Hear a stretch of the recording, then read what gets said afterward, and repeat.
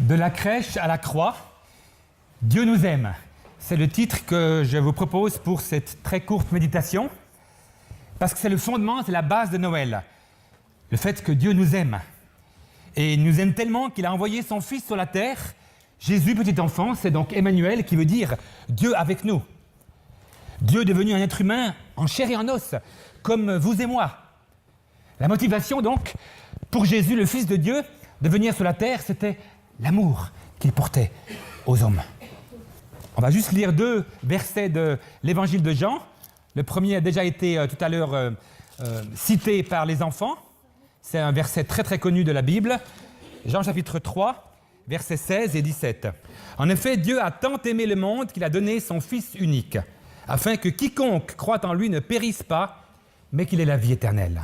Dieu, en effet, n'a pas envoyé son Fils dans le monde pour juger le monde, mais pour que le monde soit sauvé par lui. Alors le contexte de ce passage, c'est que Jésus parle avec Nicodème, c'est un chef religieux juif, qui durant la nuit était venu vers le Seigneur. Et puis le Seigneur Jésus lui a dit « Mais il faut que tu naisses de nouveau ». Verset 3, verset 7, on connaît ce passage. Après il dit aussi qu'il faut que tu naisses d'eau et d'esprit. Et Nicodème, ce chef religieux, il est perplexe. Il ne comprend pas, on voit au verset 4 et au verset 9. Et alors Jésus lui explique de manière toute simple le plan du salut de Dieu pour l'humanité, avec ce fameux verset si fondamental que nous connaissons tous, qu'on a lu. Dieu a tant aimé le monde qu'il a donné son Fils unique, afin que quiconque croit en lui ne meure pas, mais qu'il ait la vie éternelle. Ça, c'est le texte fondamental, on pourrait dire, qui parle du salut de Dieu pour nous. Alors, qu'est-ce qu'il est dit? On va reprendre ça un petit peu. Et vous avez vu que tout à l'heure, un groupe d'enfants a joué cette pièce. Car Dieu. Le car, ça veut dire quoi, les enfants? Quand on dit car dans une phrase. Parce que, voilà, oui. Et donc, parce que, ça explique la raison de ce qui précède. Il y a quelque chose qui a précédé, et ensuite on dit car Dieu a tellement aimé le monde. Donc, le mobile, la raison, le pourquoi de ce qui va suivre. Car qui? Car Dieu. Dieu. Oui, c'est Dieu qui est à l'origine de ce qui va suivre. C'est donc lui, le Seigneur, qui prend l'initiative, qui vient vers nous, qui prend l'initiative d'envoyer son Fils. Et puis c'est volontaire, c'est pas forcé. Dieu n'a pas forcé son Fils à venir sur la terre. Il n'était pas obligé de venir, il a très bien pu rester dans le ciel et puis dire les hommes, ils se débrouillent eux-mêmes tout seuls. Dieu a donc voulu que Jésus, son Fils, vienne. Et donc c'était de sa part une volonté. Il a pris l'initiative, il a voulu, et heureusement qu'il a voulu. Il y a un cantique que j'ai chanté il y a quelques années, bien des années, dans une chorale, qui disait « L'amour a fait les premiers pas ». Et en effet, Dieu dans son amour, il a fait les premiers pas envers nous, en venant sur la terre, en s'abaissant pour être un petit bébé, on l'a vu tout à l'heure aussi, dans toute l'histoire de Noël. Car Dieu a tellement aimé le monde. Avant, on parlait de l'initiateur, Dieu, à l'origine donc. Maintenant, on va un peu plus loin pour constater ce que cet être qui est à l'origine a accompli, a fait. Il a tellement aimé, ou tant aimé. Alors, c'est quoi cet amour si incroyable dont il est parlé ici? Le mot employé ici dans la langue originale du Nouveau Testament, le grec, c'est agapao, qui veut dire, donc c'est un mot assez rarement utilisé dans le grec classique, mais très utilisé dans la parole de Dieu, la Bible. Et donc, c'est les chrétiens qui ont surtout utilisé ce mot et qui l'ont pris comme l'expression principale de l'amour de Dieu. Il y a 2 autres mots en grec qui veulent dire aimer, un qui est Eros, qui est donc l'amour charnel, l'amour physique, l'amour sexuel, d'où le mot érotique par exemple. Et ensuite il y a le mot philia, un autre mot pour l'amour, qui veut dire l'amour dans le sens de l'affection. J'aime bien la confiture, je t'aime bien, tu sais. Voilà, donc l'amour sympa, l'amour amitié. Et puis donc, ensuite, il y a maintenant le verbe agapao, qui est un verbe beaucoup plus fort et qui est employé ici par l'apôtre Jean pour l'amour de celui qui ne le mérite pas. Est-ce qu'on mérite l'amour? On ne mérite pas par nous-mêmes l'amour, parce qu'on n'est pas aimable, par nature. Mais ensuite, Dieu vient justement nous aimer, même si on ne le mérite pas. Il nous aime, il donne, et il se donne. C'est ça l'amour de Dieu. Il a tellement aimé le monde.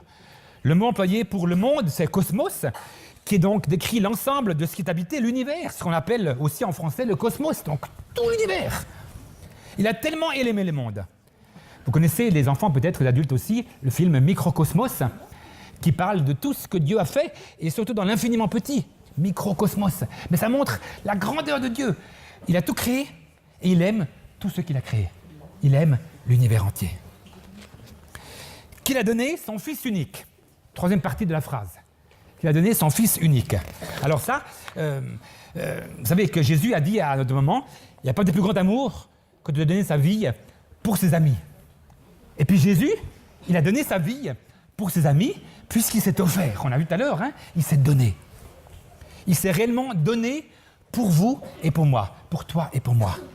On peut être ses amis si on fait ce qu'il nous demande, si on accomplit sa volonté. C'est marqué dans le verset, chapitre 15, verset 14 de l'évangile de Jean. Le don, oui, il s'est donné. Il s'est donné. Alors on a parlé tout à l'heure de don, on a vu dans une autre pièce le don merveilleux de Dieu. Aujourd'hui, eh bien, tout s'achète, tout se monnaie, tout se trafique. Et puis le don, c'est pas très à la mode. Ou alors on s'en méfie. Quand c'est gratuit, c'est que c'est pas bien. Souvent, quand c'est gratuit, on s'en méfie un petit peu. Mais lui, le Seigneur, et puis donc cette culture du dû, où tout nous est dû, eh bien, elle est très courante dans notre société. Les gens, ils veulent toujours revendiquer leurs droits pour plein de choses. J'ai droit à ceci, j'ai droit à cela, ça m'appartient. Comme s'il y a des choses qui seraient méritées. Le Seigneur Dieu nous donne gratuitement son Fils à Noël. Et Jésus, il a aussi dit, vous avez reçu gratuitement, donné gratuitement. Ça, c'est dans l'évangile de Marc, chapitre 10. Ce mot signifie donner comme un cadeau, librement. Donc la Bible nous propose une autre culture que celle du dû, où on reçoit, mais celle du don, où on donne. Le Seigneur nous aide à donner aussi librement qu'il nous a bénis librement, sans compter. Il y avait un slogan présidentiel, « Travailler plus pour gagner plus ». Est-ce que c'était en vue de pouvoir avoir davantage pour donner aux nécessiteux? Je ne pense pas. Souvent, c'était plutôt pour que les gens puissent pouvoir mieux acheter et avoir le fameux pouvoir d'achat dont on parle tout le temps, qui grandisse. Mais ce n'était pas dans le but de pouvoir donner plus. De nos jours, on veut toujours s'approprier des choses. La Bible nous parle de donner. Et Jésus est le don parfait de Dieu. Lui, il s'est donné pour nous. Il s'est offert pour nous. C'est généreux, ce qu'il a fait. C'est généreux, c'est comme ça, c'est gratuit. Nous avons reçu gratuitement du Seigneur 1000 bénédictions, en particulier le salut en Jésus-Christ, un sens à la vie. Alors, eh bien, on nous invite aussi à donner gratuitement. Il a donné son Fils unique. Cette expression, ça montre l'affection profonde qu'il avait avec son Fils. C'était son seul Fils, à Dieu le Père. Et il a donné son Fils unique. Voilà comment ce qu'il a agi. C'est incroyable quand on y pense. Il aurait très bien pu envoyer un prophète, envoyer quelqu'un d'autre, pour parachuter quelqu'un sur la terre en disant venez adorer le Seigneur. Il a très bien pu faire ça, mais il a donné son propre Fils, celui qu'il avait de plus cher. Et en cela, il a montré son amour. Et Noël, eh bien c'est ça, c'est Dieu venu parmi les hommes. C'est ce qu'on appelle aussi Emmanuel, qui veut dire Dieu avec nous. À propos, voilà pourquoi on échange des cadeaux à Noël. Parce que Dieu s'est donné, c'est un cadeau, Dieu s'est offert. Et ensuite, on a aussi vu dans notre pièce que les mages, ils ont aussi offert des cadeaux à Jésus. Eh bien, voilà pourquoi il y a dans les cadeaux qu'on s'offre à Noël. D'abord parce que c'est un don de Dieu qu'on a reçu. Et maintenant, on invite à donner des choses aux autres aussi. Afin que quiconque croit en lui. Alors, on a vu tout à l'heure, le quiconque, c'est... Les enfants, vous avez fait la pièce, c'est quoi, quiconque? Pronom indéfini égale n'importe qui. Tout à fait. C'est vrai, c'est n'importe qui, c'est donc toi et moi. C'est nous tous, quiconque. Afin que quiconque Noir, blanc, jaune, rouge, enfant, jeune, vieux, homme, femme, ouvrier, patron, quiconque puisse avoir le salut. Quiconque croit en lui. Croire, c'est quoi croire? On est chrétien, oui, d'accord, mais qu'est-ce que ça veut dire croire? On croit quelque chose, oui, on croit que cette chose à laquelle on croit existe, mais croire dans le sens de la Bible, c'est un peu plus que ça. C'est pas seulement croire que quelqu'un existe, oui, c'est avoir la foi, tout à fait. C'est le même mot en grec, la foi et croire, c'est le même mot, c'est la même expression, oui. L'espérance, oui, ça c'est après, oui. Ça veut dire qu'on l'aime aussi, on peut dire ça aussi comme ça. Croire, c'est avoir la foi et c'est avoir confiance, oui, encore. Hein? T'as voulu dire ça? Bon, tu veux dire ça, bon, c'est bien. Croire, c'est avoir confiance. Avoir confiance, donc c'est mettre sa confiance totalement en Dieu. On a confiance en lui. Et je vous invite à croire au Seigneur, à mettre votre confiance en le Seigneur. Afin que quiconque croit en lui ne meure pas, mais qu'il ait la vie éternelle. Pas de mort.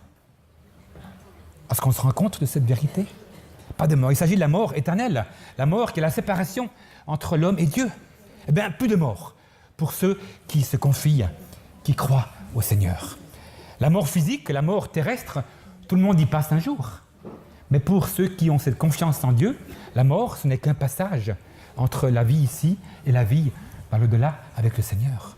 Donc, pour que quiconque croit en lui ne meure pas une mort éternelle, mais qu'il ait la vie éternelle.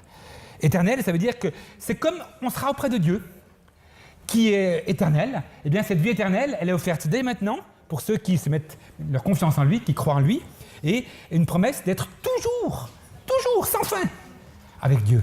En mathématiques, il y a un 8 horizontal qui veut dire infini. Hein? Tu connais ça, hein? Voilà, infini. Eh bien, voilà.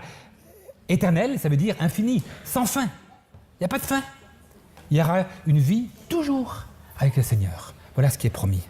Alors, quelle promesse, oui. De la crèche à la croix, Dieu nous aime. Jésus est donc né dans une crèche. Il a ensuite vécu sur la terre parmi les humains. Il est allé au bout de sa mission terrestre en allant mourir sur la croix. De la crèche à la croix. Pourquoi? Eh bien, pour qui? Pour toi, pour moi. Le Seigneur a fait cela par amour. Par amour pour nous. Est-ce que nous allons l'accepter dans notre cœur? Est-ce que tu veux l'accepter dans ton cœur, ce Seigneur? Car Dieu a tellement aimé le monde, il a donné son Fils unique afin que quiconque croit en lui ne périsse pas ou ne meure pas, mais qu'il ait la vie éternelle. Amen.